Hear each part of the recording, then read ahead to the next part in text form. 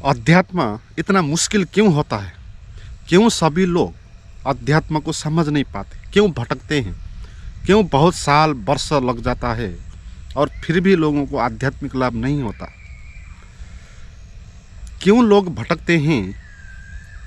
क्यों इतना कठिन होता है अध्यात्म?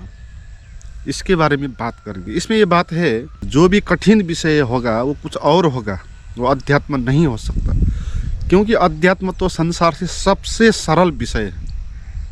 अध्यात्म का मार्ग सबसे सरल मार्ग है, मगर लोगों को क्यों ये मुश्किल लगता है, क्यों इसमें भटकते हैं, इसको समझना चाहिए।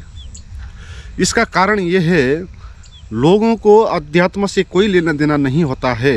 वो अध्यात्म के नाम पर कुछ और चीज़ मांगते हैं वहाँ से, तो उनका पहला जो कदम है वही गलत हो जाता है। इसलिए अध्यात्म उनसे दूर होता जाता है। अध्यात्म में फिर सरल ही नहीं, अध्यात्म ऐसा भी है, अगर आपका पहला कदम भी अध्यात्म में पड़ जाए तो आपको मिल जाएगा। जो कुछ भी मिलने योग्य है पहले कदम में ही मिल जाता है, और अगले कदम जो भी होंगे आगे वो चलते रहेंगे। अध्यात्म कभी भी ऐसा नहीं होगा कि आपका यात्रा बंद हो गया, आप पहुंच गए, ऐसा। अध्यात्म एक अंतहीन यात्रा है। इसलिए अध्यात्म का पहला जो कदम है वही उसका अंतिम कदम भी है। वहीं पर आध्यात्मिक लाभ हो ही जाता है। तो इतना सरल अध्यात्म भी क्यों इतना मुश्किल हो गया? क्यों लोग भटकते हैं इसमें? इसको समझना चाहिए। आपने देखा होगा, एक गेम होता है जिसमें आँख में पट्टी लगाई जाती है, काली पट्टी, और हाथ में एक लाठी लेके एक घड़े को फोड़ना पड़ता है वहाँ दूर जाकर। तो उसमें अगर आँख में पट्टी लगाया हुआ आदमी पहला कदम अगर गलत ले लिया, इधर चला गया, तो अगला कदम भी उसका उधर ही उसी दिशा में आगे वो चलता जाएगा। तो पहला कदम उसने अगर सही ले लिया तो उसी रास्ते पे आगे जाएगा, तो उसको घड़ा मिल जाएगा। अध्यात्म भी ऐसा ही है। आपका अध्यात्म में जो पहला कदम है ना, वो ही गलत है। आप उल्टी दिशा में जा रहे हो, इसी कारण आपको अध्यात्म बहुत जटिल लग रहा है और आप भटक रहे हो इसमें। अध्यात्म का पहला कदम क्या है, कैसे आगे बढ़ना चाहिए? हमारे जीवन में हम किस चीज़ को वैल्यू देते हैं उस पर आधारित होता है।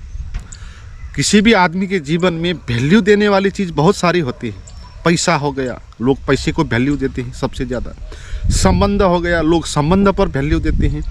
प्रतिष्ठा हो गया, स्वास्थ्य हो गया, सुरक्षा हो गया, तो लोग जो है इन पर वैल्यू देते हैं और वो अध्यात्म में आगे बढ़ते हैं। तो यहाँ पर ये हो गया, वो गलत रास्ते पर चले गए, क्योंकि उन्होंने अध्यात्म को 2 नंबर में रखा ना। वो चाहते हैं पैसा, और वो अगर अध्यात्म में चलते हैं तो इसी कारण अध्यात्म में चलते हैं ताकि उसको ज़्यादा पैसा मिल जाए। तो उसके लिए अध्यात्म एक साधन हो गया, उसका साध्य क्या हो गया? पैसा हो गया। तो आप जीवन में पैसे को वैल्यू देते हो और आप अध्यात्म में आगे बढ़े हो, तो फिर आप गलत रास्ते पे चले गए। फिर आपको अध्यात्म बहुत कठिन हो जाएगा, असंभव ही हो जाएगा। और आप इसमें भगवान की धारणा को मानोगे, वो भी पैसे के लिए ही होगा। इसलिए जो लोग भी भगवान को मानते हैं ना, वो सब भगवान को 2 नंबर में रखते हैं। पहले नंबर में पैसा होता है, या संबंध होता है, या प्रतिष्ठा होती है। इसलिए लोग भगवान को मांगते हैं ना, मंदिर में जाएंगे, पूजा पाठ करेंगे और मांगेंगे कि हे भगवान, मुझे बहुत सारा पैसा मिल जाए, मेरा संबंध अच्छा हो जाए, मेरा बेटा व बेटी मिल जाए, मुझे प्रतिष्ठा मिल जाए। तो इस कारण हम भगवान को मान रहे हैं। तो कैसा अध्यात्म हुआ फिर? क्योंकि यहाँ पर तो हम अध्यात्म को तो 2 नंबर में रख रहे हैं ना, और भगवान को भी हम इसीलिए मान रहे हैं ताकि भगवान के द्वारा भगवान को काम लगाया जा सके। जैसे कोई नौकर से काम लगवाता है, तो इस तरह भगवान को मानना और उससे कुछ मांगना, तो इसमें हम क्या कर रहे हैं? इसमें हम भगवान को एक नौकर, अपना सेवक बना रहे हैं, है ना। तो हम कह रहे हैं, ये भगवान मुझे दे दो, मेरा संबंध अच्छा बना दो, मेरा स्वास्थ्य अच्छा बना दो, मुझे सुरक्षा चाहिए वो दे दो। अगर तुम दोगे तो मैं तुम्हारे लिए व्रत रखूँगा, उपवास रखूँगा, बलि दूंगा, क्या नहीं दूंगा। तो आप अपने को मानते हो कि आप धार्मिक हो, आध्यात्मिक हो।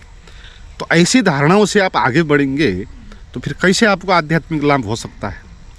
तो आप किस चीज़ को वैल्यू देते हो? आप भगवान को 2 नंबर पे रखते हो, पहले नंबर में आपका पैसा होता है, संबंध होता है, प्रतिष्ठा होता है, तो आपका पहला कदम ही गलत पड़ गया। तो अध्यात्म का पहला कदम कैसा होना चाहिए? इन सारी चीज़ों में से आपको पहले नंबर पर मैं कौन हूँ उसको जानने के लिए वैल्यू देना होगा। सेल्फ इंक्वायरी को आप वैल्यू दो। आपको कुछ नहीं चाहिए, ना भगवान चाहिए, ना भगवान के साथ कुछ आपका लेना देना है, ना आपको पद पैसा सम्मान इत्यादि चाहिए। आपको इतना चाहिए कि आप कौन हो। आप सेल्फ इंक्वायरी करना चाहते हैं। आप अपने भीतर छिपा हुआ जो भी रहस्य है अस्तित्व का, उसका उद्घाटन करना चाहते हैं। तो उस चीज़ को अगर आप वैल्यू देते हो तो फिर आपकी आध्यात्मिक यात्रा सरल हो जाएगी। आप पहला कदम आपका सही दिशा में आगे बढ़ जाएगा।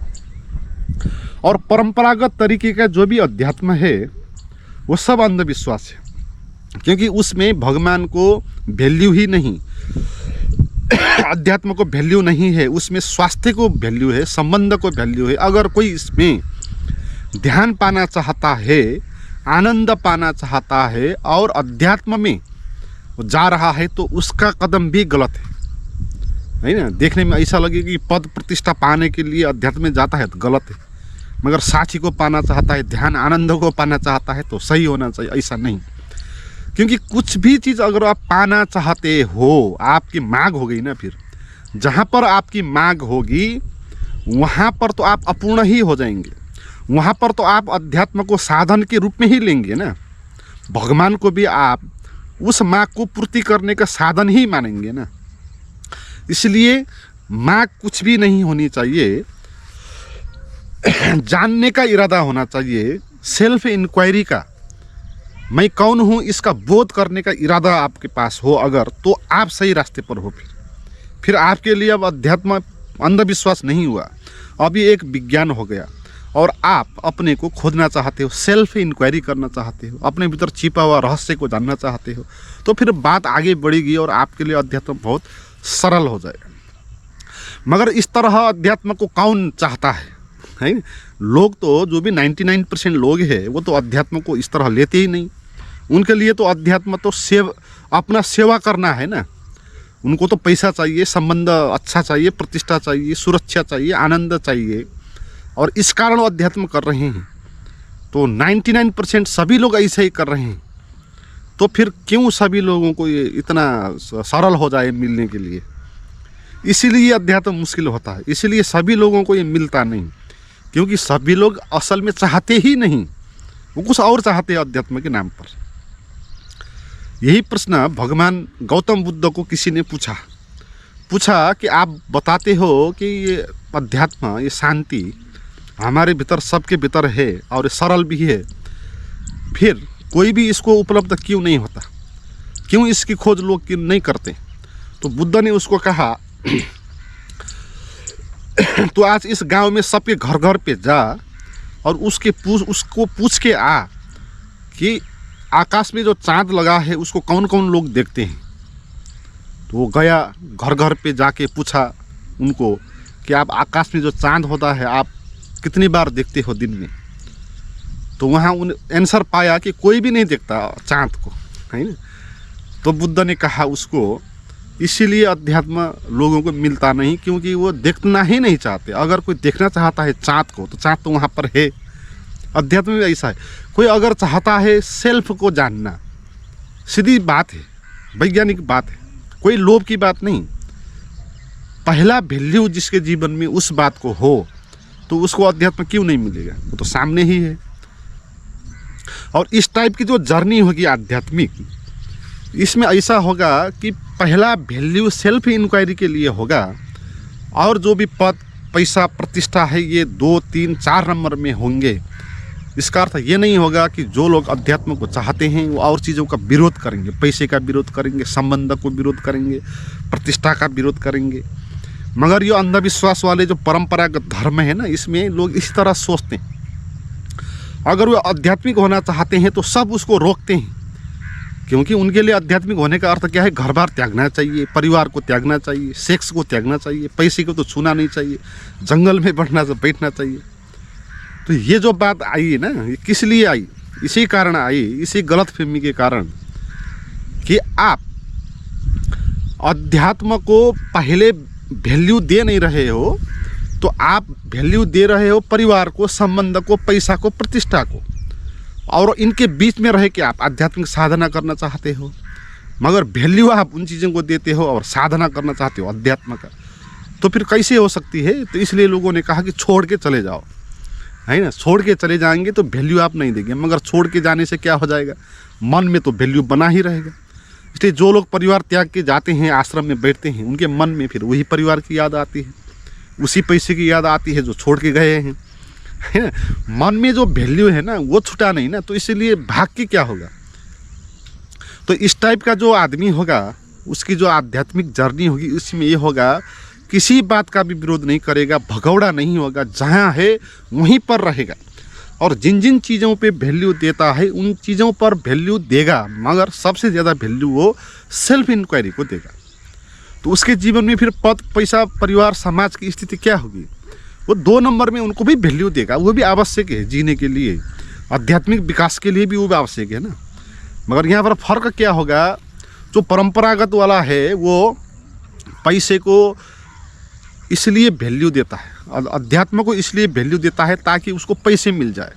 पैसे पाने के लिए अध्यात्म को सहारा बनाता था, संबंध अच्छा बनाने के लिए, प्रतिष्ठा पाने के लिए, स्वास्थ्य पाने के लिए, आनंद पाने के लिए वो अध्यात्म को एक साधन बनाता था। 2 नंबर पे उसका अध्यात्म होता था।